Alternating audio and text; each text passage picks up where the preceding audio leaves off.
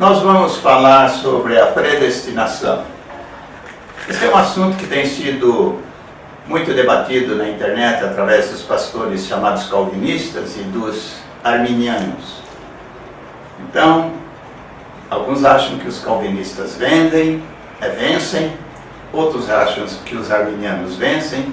Na realidade, nós não deveríamos nos preocupar em vencer. O que nós deveríamos fazer é estudar a palavra de Deus dentro dessa lógica que ela é. O apóstolo Paulo fala em Romanos 12 que o nosso culto é um culto racional, é um culto lógico, logique, é um culto lógico. Então, a palavra de Deus, embora seja revelada, ela tem uma racionalidade bem clara, bem explícita.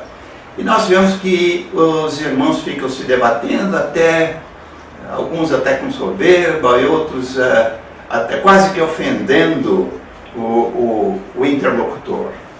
E nós vamos falar então sobre a predestinação. Antes de falar na predestinação, nós temos que fazer distinção o que é eternidade e o que é tempo e espaço. Antes do Senhor criar os céus e a terra, o que existia? Não é? O que existia antes do Senhor criar os céus e a terra? A eternidade. Lá em Isaías 57,15, Isaías assim fala o alto e sublime que habita a eternidade. Então, o universo não existia.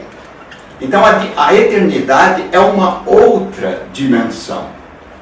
Então, para Deus, a igreja estava no coração de Deus, lá antes da fundação do mundo, como nós vamos ver, Efésios 1,4. E nos elegeu nele antes da fundação do mundo. Então, a igreja estava certamente no coração de Deus antes de Deus criar o universo. Para Deus criar o homem, ele vai ter que criar o planeta Terra, o sistema solar, as galáxias todas. Isso se chama tempo e espaço. Então, tempo e espaço é uma dimensão e a eternidade é outra. Essa eternidade, para dar uma ideia para os nossos ouvintes, nós vemos lá no Velho Testamento.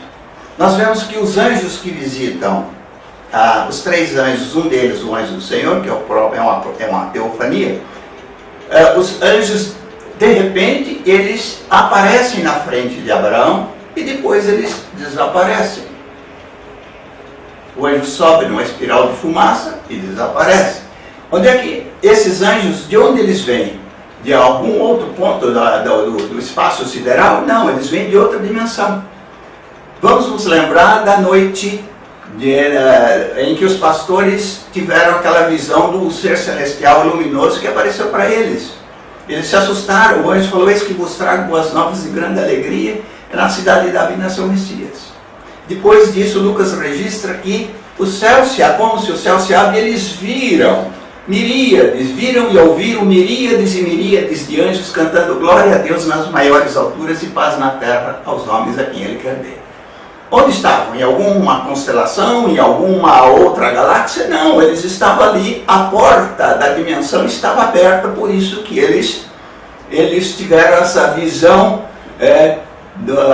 da eternidade. Essa mesma coisa aconteceu ali no Monte da Transfiguração. Não foi Moisés e Elias que vieram, foi Jesus que entrou. Eu tenho visto uma celeuma em cima disso daí, não é?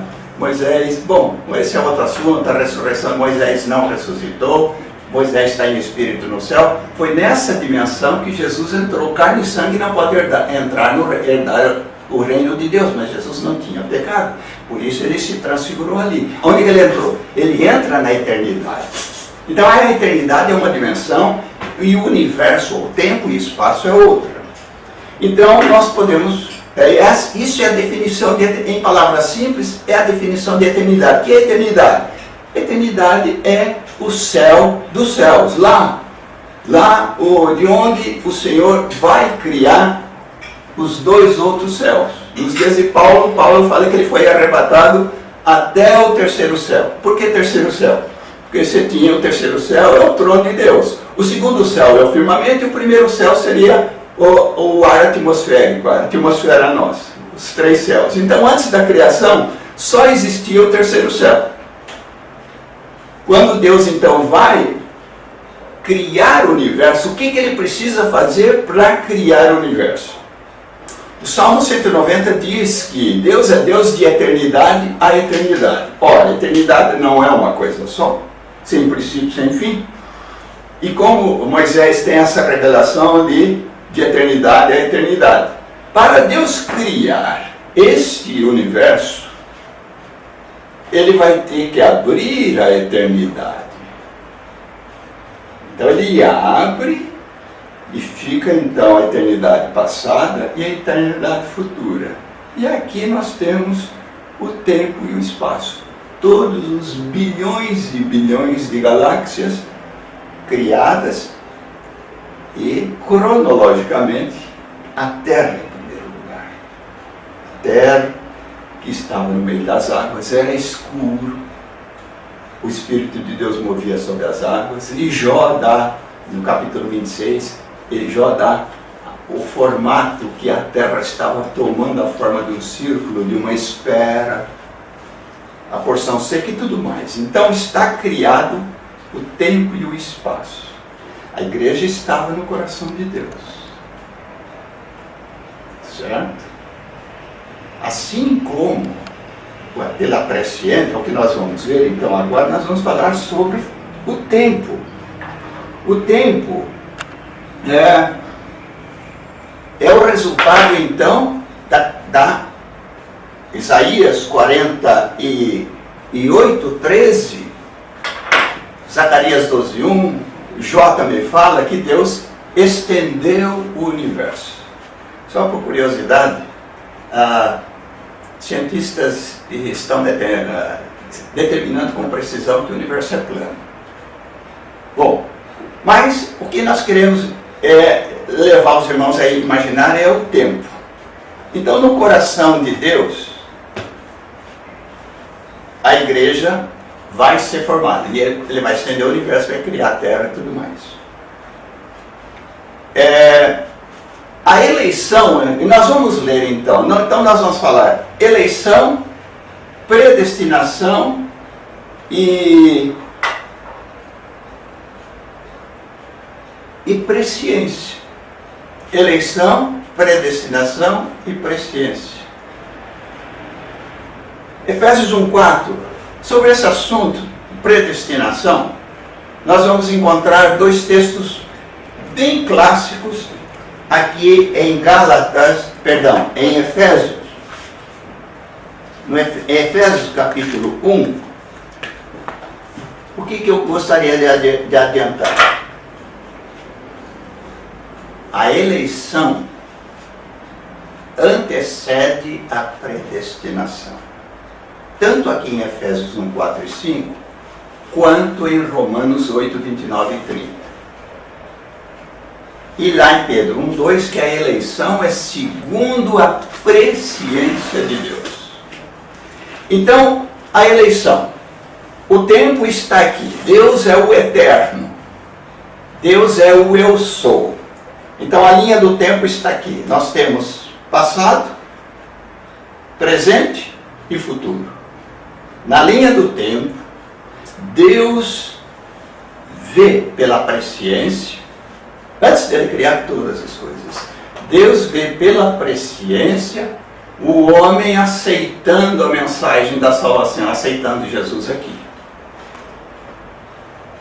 Deus vê esse homem permanecendo ou não. Então, quando esse homem aceita o Senhor Jesus, quando ele responde ao convite de Deus, qual o convite de Deus? Quem tem sede, vem a mim e beba. Deus quer salvar todos os homens. Deus não quer salvar só os predestinados. Então, vamos entender que a predestinação é a causa secundária. A causa primária é a eleição. Primeiro você é eleito ou escolhido ou conhecido de antemão. Vamos ler os textos. Em Efésios capítulo 1, versículos 4 e 5. Assim como nos escolheu nele, em Cristo, antes da fundação do mundo, para sermos santos e irrepreensíveis perante ele, e em amor nos predestinou. Primeiro eleição e depois predestinação. E nos predestinou para ele, para a adoção de filhos por meio de Jesus Cristo, segundo o beneplácito de sua vontade. No versículo 11. Nele digo, no qual fomos também feitos herança, eleitos, só se torna filho. Quem é herdeiro ou herança é o filho. Para aceitar o filho, há que se aceitar a morte do Calvário. Não é? Então, nele, no qual fomos também feitos herança, eleição. Predestinados segundo o propósito daquele que faz todas as coisas conforme o conselho da sua vontade. O texto claro aqui em Efésios 1,4 é: primeiro vem ele, a causa primeira é a eleição. Deus no tempo está vendo o homem aceitando a Jesus como Salvador. E esse nome é escrito no livro da vida. Este homem permanecendo, o nome continua escrito no livro da vida até a transformação, a ressurreição.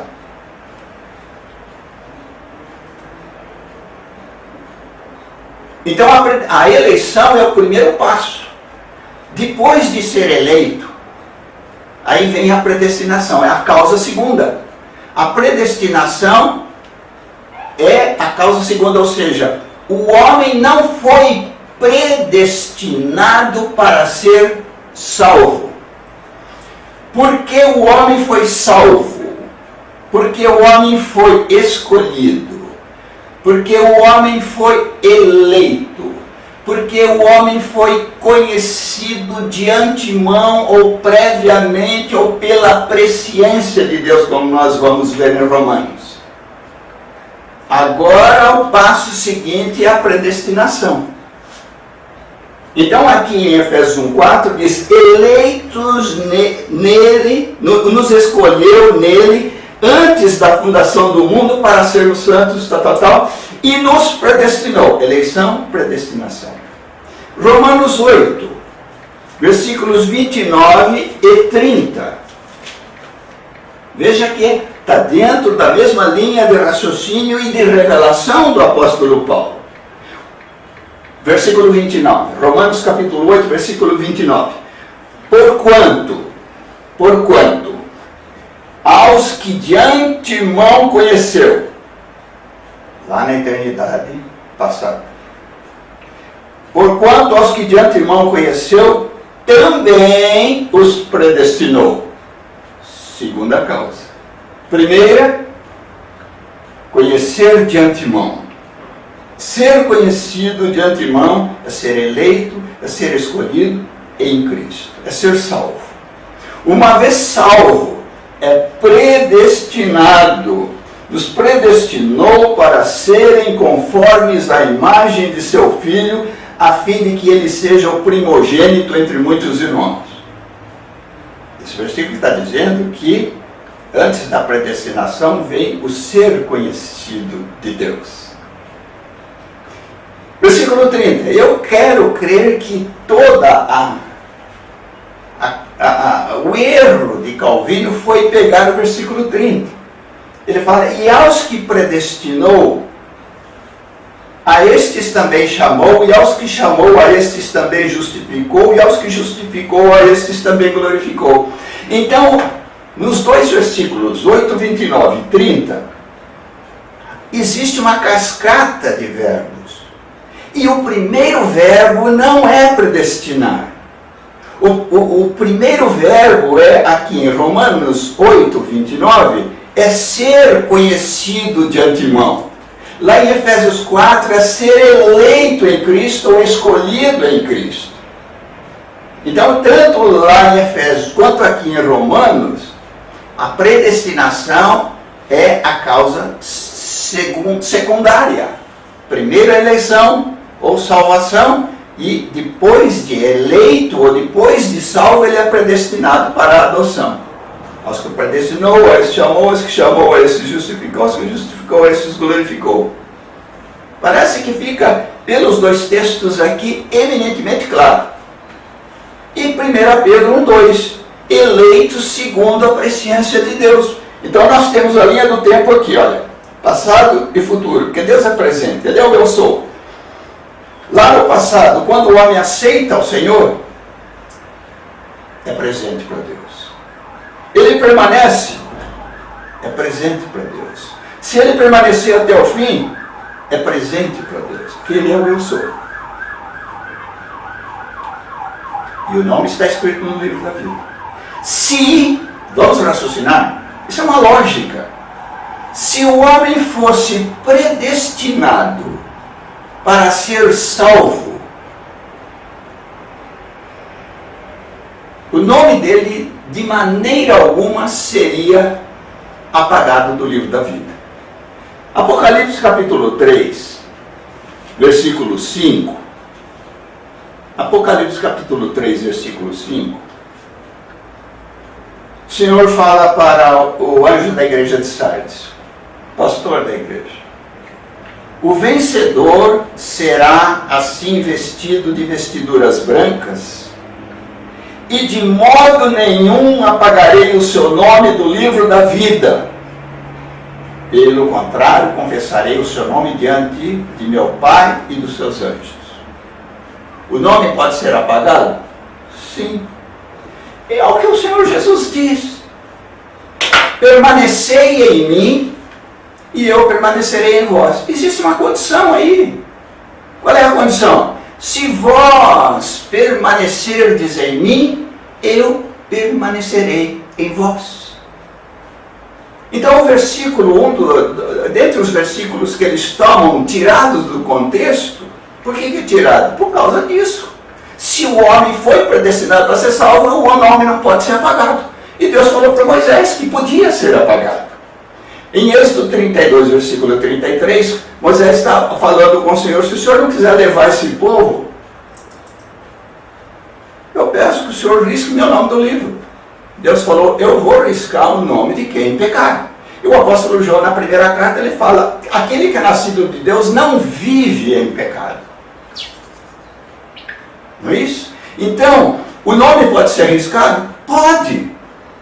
É lógica. Se você foi predestinado para ser salvo, jamais o seu nome poderia ser riscado do livro da vida. Então, a presciência de Deus é isso. Ele está vendo no tempo o indivíduo aceitando ao Senhor Jesus, ele está vendo o indivíduo permanecendo, e a conclusão, a salvação perpetua. E aquele que não permanecer? E aquele que quiser abandonar? Olha, os textos são muitos. Os textos são muitos. Quais alguns que nós podemos pegar? Vamos pegar primeiro os versículos que os calvinistas pegam. João 10, 28. Eu lhes dou a vida eterna e ninguém as arrebata de minha mão. Absolutamente verdade. Ninguém pode arrebatar, tirar a pessoa das mãos do Senhor. Está vendo? Salvação não se perde. Muito bom. Então vamos dentro do mesmo Evangelho. Vamos avançar 5 capítulos. Que diz lá, no capítulo 15 de João, do Evangelho de João. Jesus diz: eu sou a videira verdadeira e meu pai é o agricultor. Todo ramo que em mim não produzir fruto, ele corta. Ora, a chave, queridos ouvintes, está nessa preposição, em mim. Paulo fala em Filipenses: contanto que eu seja achado em Cristo.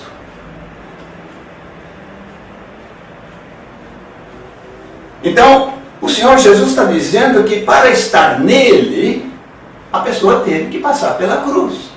A pessoa teve que ser resgatada. E o que quer dizer ser resgatado? Ser salvo. Ser salvo. Vamos fechar os olhos para 2 Pedro, capítulo 2, todo o capítulo. Veja o que o apóstolo Pedro fala. Eles nunca foram salvos, mas o texto não diz isso. O texto está dizendo que esses que estão se apostatando um dia foram resgatados, agorazo, o verbo ser comprado em praça pública, o escravo era comprado em praça pública. Vamos lá, 2 Pedro capítulo 2. Assim como no meio do povo de Israel surgiram falsos profetas, assim também haverá entre vós falsos mestres, os quais introduzirão dissimuladamente heresias destruidoras, até ao ponto de renegarem, traírem o Senhor Jesus, que os resgatou, trazendo sobre si mesmos repentina destruição. Esses falsos mestres um dia foram resgatados. Um dia eles passaram pela cruz. Um dia eles nasceram de novo. Por isso que Jesus fala que é possível ser cortado, sim. No Evangelho de João, no primeiro capítulo, ele fala que todo ramo que em mim não produzir fruto, meu Pai corta. E no versículo 6 ainda fala que além de cortar, é lançado ao fogo. E aqui, em 2 Pedro, Pedro está falando que esses falsos mestres um dia foram resgatados pelo Senhor. É o que fica claro. Eles foram resgatados, foram salvos. E o que aconteceu? Eles se apostataram, se desviaram da fé. E muitos seguirão. Então, Pedro fala que o Senhor que os resgatou, trazendo sobre si mesmos repentina destruição. Por isso que Jesus dá tanta ênfase em permanecer em Cristo. Qual é a garantia que nós temos que nós estamos em Cristo? Parece que agora vai ficar extremamente claro. O que é o penhor da nossa salvação? Vamos lá para 2 Coríntios 1, 21. 2 Coríntios 1, 21. 2 Coríntios 5, 8. 2 Coríntios. Então,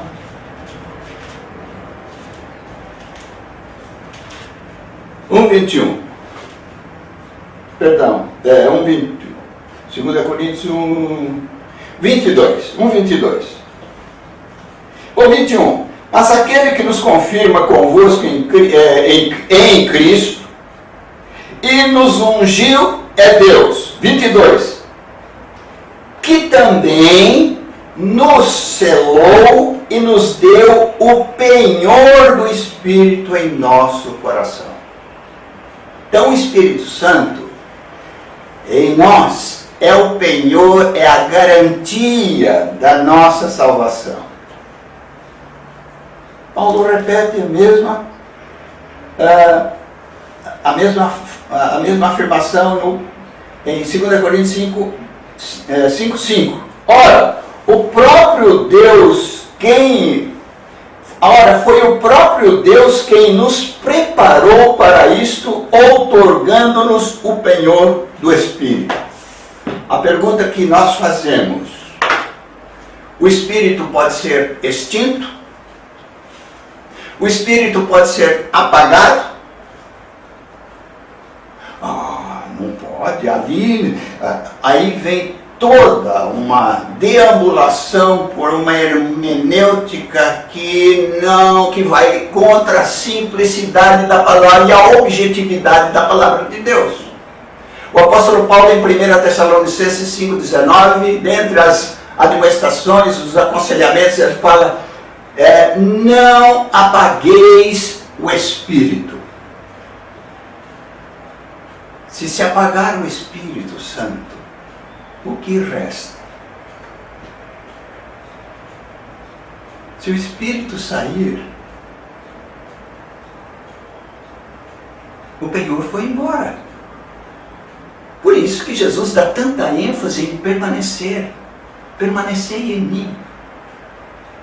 O cristão pode ser cortado? Pode. Assim como o galho, que ele falou que o ramo pode ser cortado. Se nós formos para Romanos capítulo 11, Paulo está falando dos judeus e gentios, ele está falando que nós, os gentios, fomos enxertados na boa oliveira, e Paulo, ele vai descrevendo, ele fala que aqueles judeus, os judeus por causa da incredulidade, eles foram cortados. Ele fala: e tu gentio, foste enxertado na boa oliveira. Aí como é que ele termina? Veja a admoestação que Paulo dá no versículo 22. Paulo fala assim sobre os gentios que foram enxertados. No versículo 11 e 19, dirás, pois, alguns ramos foram quebrados para que eu, gentio, fosse enxertado. Paulo fala: bem, pela incredulidade deles foram quebrados, para que eu fosse enxertado. Bem, pela incredulidade deles foram quebrados. Tu, porém, gentio, mediante a fé estás firme. Não te ensoberbeças, mas teme. Versículo 21. Porque se Deus não poupou os ramos naturais, também não te poupará. Versículo 22. Mata a charada é igual a João 15, 1 e 6. Versículo 22. Considerai, pois, a bondade e a severidade de Deus. Para contigo a bondade de Deus, se nela permaneceres, doutra sorte também tu serás cortado.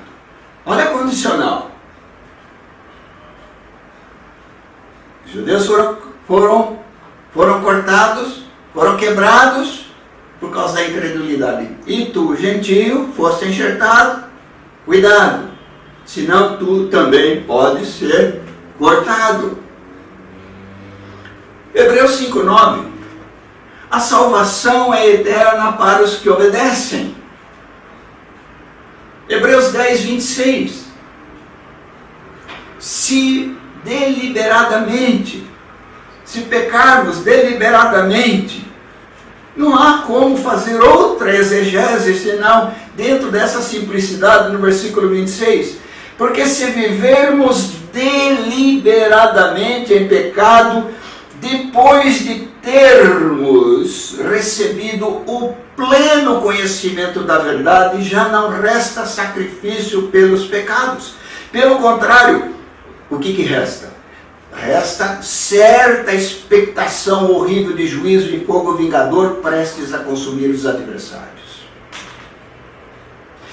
29, Paulo, o escritor de Hebreus, ainda fala: sem misericórdia, lá na lei, morre pelo testemunho de 2 ou 3 testemunhas quem tiver rejeitado a lei de Moisés. E agora para a igreja: de quanto mais severo castigo julgais vós, será considerado digno aquele que calcou aos pés o Filho de Deus e profanou o sangue da aliança com o qual foi santificado e ultrajou o Espírito da graça. Todo o capítulo 10, veja o versículo 37. Porque ainda dentro de pouco tempo aquele que vem virá e não tardará, todavia o meu justo viverá pela fé. se retroceder, não faça outra exegese além do que está extremamente claro. Se retroceder, diz o Senhor, nele não se compraz a minha alma. Nós, porém, não somos dos que retrocedem para a própria perdição. Somos, entretanto, da fé para a conservação da vida.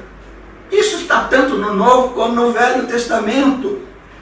Vamos lá para Ezequiel no capítulo 33.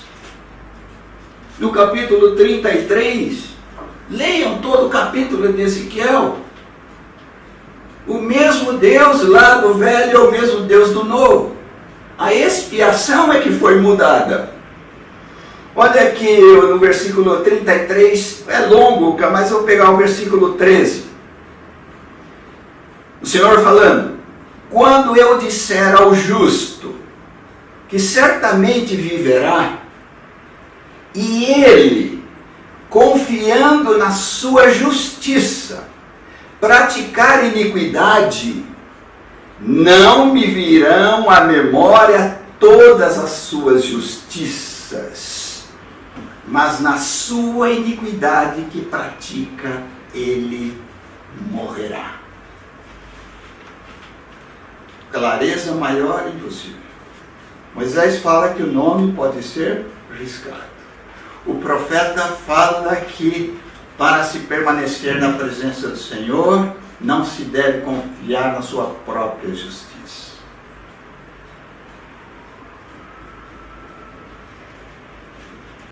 Então, voltando ao penhor do Espírito, o Espírito pode ser extinto? Pode. 1 Tessalonicenses 5,19. Se o Espírito for extinto, o que resta? O nome pode ser riscado, mas ainda existe um compasso de espera. Se nós fizéssemos um gráfico, nós veríamos que em Efésios 4,30, o apóstolo Paulo está falando: não entristeçais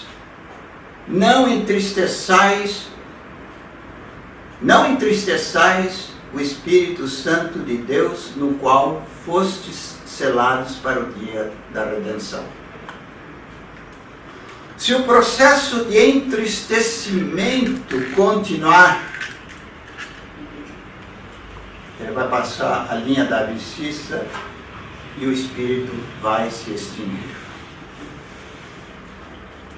Mas ainda assim existe um compasso de espera pelo Senhor para o arrependimento desse que está se apostatando. Qual é o compasso de espera? Qual é a base bíblica? A igreja de Laodiceia, o anjo da igreja de Laodiceia.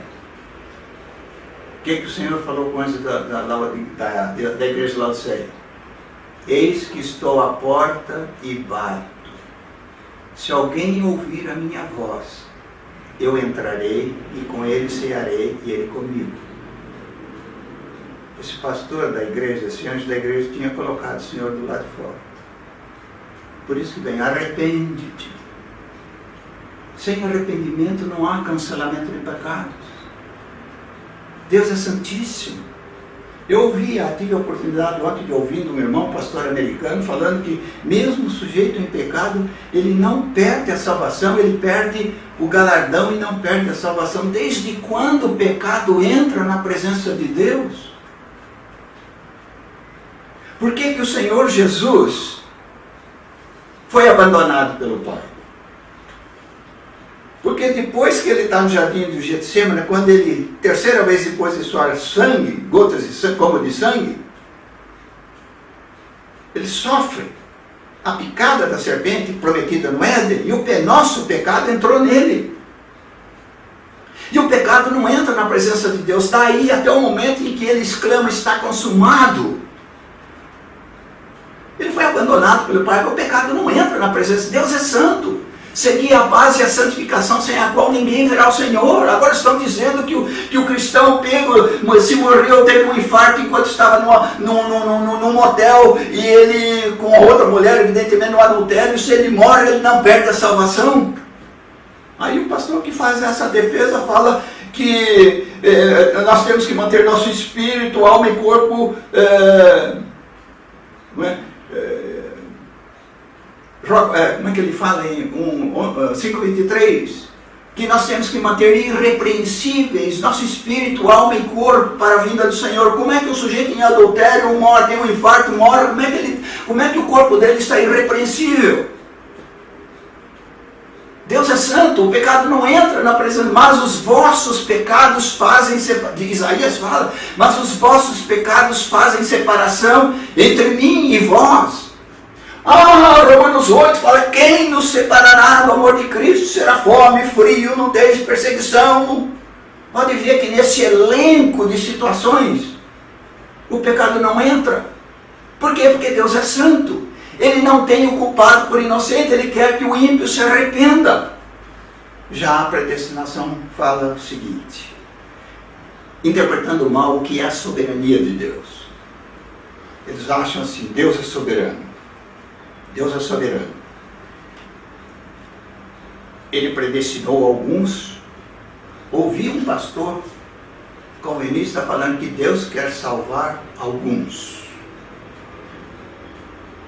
Os textos que eu conheço com clareza dizem que Deus quer salvar a todos. 1 Timóteo 2,4. O qual Deus quer salvar todos os homens. O calvinista fala que Deus quer salvar alguns.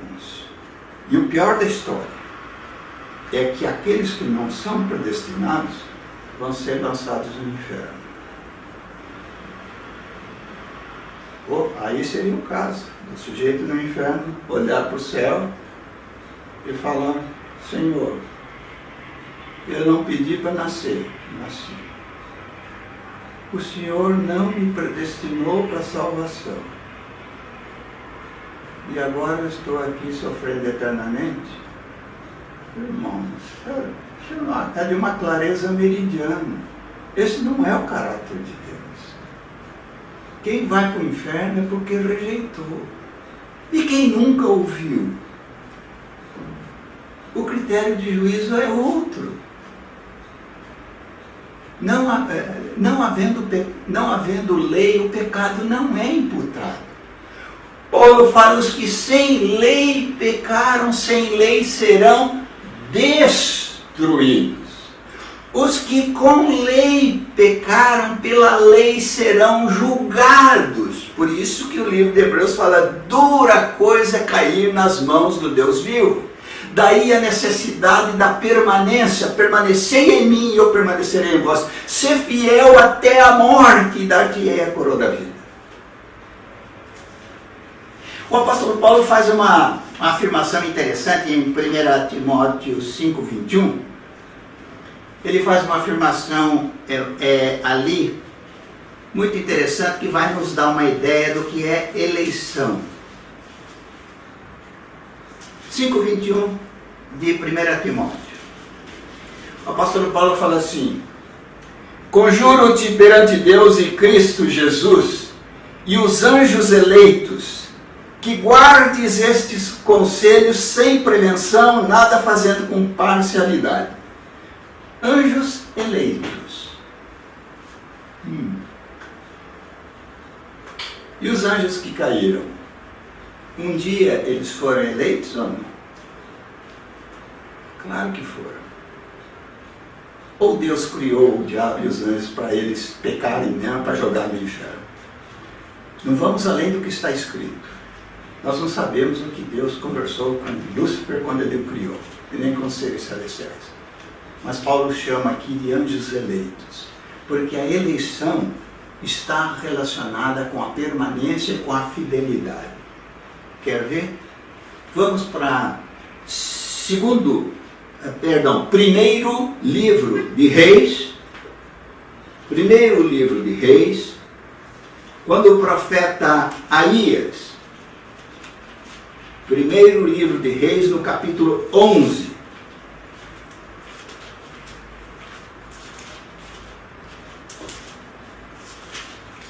versículo, o profeta Aías está falando para Jeroboão que o reino vai ser dividido e que ele vai ficar com 10 tribos. No versículo 34, o profeta Aías está falando com Jeroboão. Porém, não tomarei da sua mão, da mão de Roboão, o reino todo. Pelo contrário, falo-ei príncipe todos os dias a quem elegi. Perdão, vou ler de novo. Porém, não tomarei da sua mão o reino todo. Pelo contrário, falo-ei príncipe todos os dias de sua vida, por amor de Davi, meu servo, a quem elegi, porque guardou os meus mandamentos e os meus estatutos. Vamos recapitular? A predestinação, você não é predestinado para ser salvo. Porque você foi salvo, então você é predestinado, chamado, justificado, glorificado. Eleição, segundo a presciência de Deus. E depois, predestinação. Os calvinistas pulam, tergiversam esse versículo da Pedro 1:2. Eleitos segundo a presciência de Deus. Evidentemente que Deus tem conhecimento prévio de quem vai ser salvo ou não. Mas como Deus está agindo em termos de tempo, você aceita Jesus, você é eleito ou escolhido. Você permanece, seu nome não é apagado. Você é eleito ou escolhido. Se você falhar, se você extinguir o Espírito, o seu nome pode ser apagado do livro. Então, voltando àquele gráfico, vai entristecendo o Espírito de Deus até que ele se extingue. Há um compasso de espera pelo Senhor, até que chega um momento em que ele considera, e eu não posso julgar o irmão, em que ele considera que a pessoa, aquele que um dia aceitou Jesus, trocou o direito de primogenitura. Aí o nome é arriscado, definitivamente. Ah, mas a graça é irresistível. Leia Hebreus 12, novamente. Segui a paz e a santificação, sem a qual ninguém verá o Senhor. Aí ele vai falar de Esaú, que trocou o direito de primogenitura, e mesmo com lágrimas não houve lugar para arrependimento. Existe uma hora, na hora de Deus, quando Deus diz basta. Ele considera que a pessoa trocou o direito de primogenitura, que é a salvação. Cristo é o primogênito entre os mortos. Nós estamos no corpo de Cristo. E Esaú não. Aí, uma vez trocado o direito de primogenitura, o nome é apagado do livro da vida. Clareza maior é impossível. Se você fosse predestinado para ser salvo, seu nome jamais poderia ser arriscado do livro da vida. Se você aceitou a Jesus, ande em espírito, permaneça nele, para que você continue em espírito. Todo ramo que em mim. O penhor da nossa salvação é o Espírito. Se nós o extinguirmos, nós estamos literalmente perdidos. Da parte de Deus, a aliança é eterna. Da parte do homem, ela pode ser trocada por um prato de lentilhas. A opção está conosco. Senão, nós não teríamos tantos versículos falando da necessidade da permanência. E quem? Mas ninguém pode vir a mim se o Pai não trouxer. E quem o Pai traz? O Pai traz aquele que aquece, aquele que cede ao convite de Deus. Ide por todo mundo e pregai o Evangelho a toda criatura. Quem crer? Deus quer que a pessoa... A parábola do semeador. A palavra é a semente. Uma parte caiu dele de caminho, veio os aves dos céus e comeram. Satanás já tira, a pessoa não quer saber mesmo. Segundo, pedregal. aceita com alegria, depois quando vem a aprovação, vai embora. Aceitou a palavra, nasceu de novo, vai morrer por rejeitar. Terceiro tipo de terra, que é a predominância nos dias de hoje. A semente cai na terra, até boa, mas vem as ervas daninhas e sufocam, e o Senhor Jesus explica o que são essas ervas daninhas. Ele fala, são os prazeres deste mundo e o apego às riquezas. E o último tipo, a semente germinou 30 por 1, 60 por 1 e 100 por 1. Esses são os que verdadeiramente negam-se a si mesmo a cada dia, tomem a sua cruz, vêm e seguem o Senhor. Então, querido, para que não haja mais tanta discussão entre arminiano e calvinista, entendamos a simplicidade da palavra de Deus. Há dois perigos que eu gostaria de terminar. O calvinista que acha que se ele é predestinado, ele pode levar uma vida absoluta. E o arminiano que acha que se ele perder a salvação, está perdido e não tem mais jeito de ir. Não, enquanto o Espírito estiver batendo, estiver convencendo do pecado, entristecendo pelo pecado, significa que ainda você tem o Espírito de Deus, para que não se desespere. Perigo daqui e perigo daqui também. Salvação não depende de obras. Ali, quando o Senhor Jesus, quando o apóstolo Paulo fala, não é, em Tito, a bela passagem de Paulo escrevendo a Tito, ele fala, eu vou terminar com essas palavras: porquanto a graça de Deus se manifestou salvadora a todos os homens,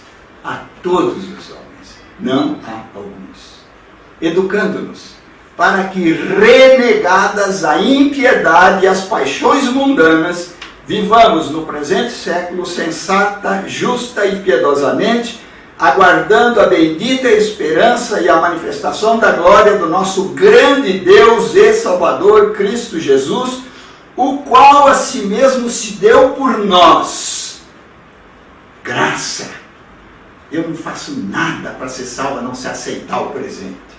O qual a si mesmo se deu por nós a fim de remir-nos de toda a iniquidade e purificar para si mesmo um povo exclusivamente seu, zeloso de boas obras.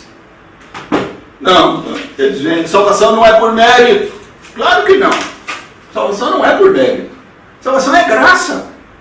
Agora, uma vez que você tem o Espírito, vai para o versículo 10 de Efésios 2, 8, 9 e 10. Pela graça sois salvos mediante a fé, isso não vem de vós, é dom de Deus.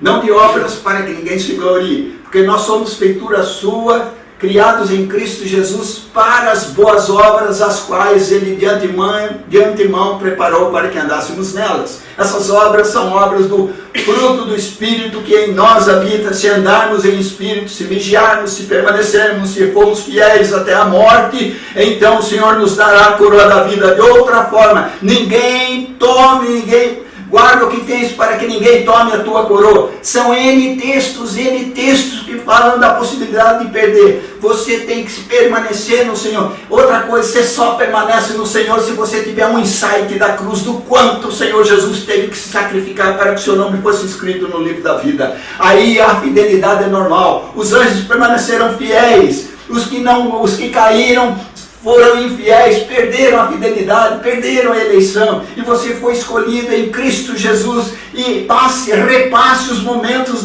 do sofrimento do Senhor Jesus ali, desde a ceia até o momento em que Ele exclama ao Pai, está consumado, e você vai amá-lo profundamente, você não vai ficar preocupado em ter uma vida dissoluta, você vai ser santo. Eu tinha dito que eu ia terminar, vou terminar com a 2 Pedro. 2 Pedro, vejam, os nossos queridos calvinistas, pensem, meditem a respeito disso daqui. Versículos 10 e 11. 2 Pedro, capítulo 1, versículos 10 e 11. Por isso, irmãos, procurai com diligência, cada vez maior, confirmar a vossa vocação e eleição, porquanto procedendo assim, não tropeçareis em tempo algum, pois desta maneira, confirmando a vocação e eleição, andando em santidade, pois desta maneira é que vos será amplamente suprida ou garantida a entrada no reino eterno de nosso Senhor e Salvador Jesus Cristo. Que Deus entra no seu quarto, ora, pega os textos que foram mencionados, não distorçamos as palavras de Deus para criar uma coisa que a palavra de Deus não diz. Que Deus abençoe ricamente.